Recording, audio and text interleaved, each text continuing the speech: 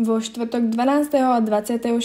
októbra sa Gymnázium Františka Víťazoslava Sasinka zúčastnilo 2 výstav stredných škôl. Výstavy s názvom Kam na strednú školu organizoval Trnavský samosprávny kraj. Ja by som sa vás rada spýtala, čo by ste vy poradili súčasným deviatakom pri výbere strednej školy. Tie otázky sú v zásade dve, také najdôležitejšie.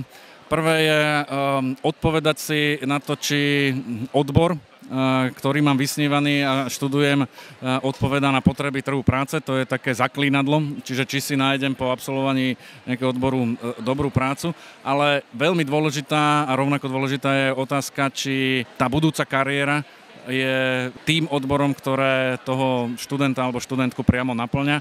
Takže keď si odpoviem na tieto dve základné otázky, verím tomu, že na akcii, ako je Kam na strednú školu, nájde typ vzdelávacej inštitúcie a strednej školy, ktorá mu dokáže urobiť dobrý kariérny rast. Takže preto to robíme, preto máme 4. ročník Kam na strednú školu.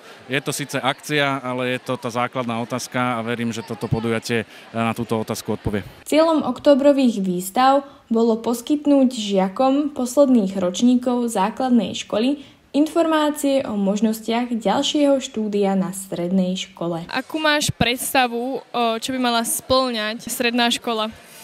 Určite mať dobré ako študijné prostriedky a pekné prostredie a dobrých učiteľov a kolektív, asi to je všetko.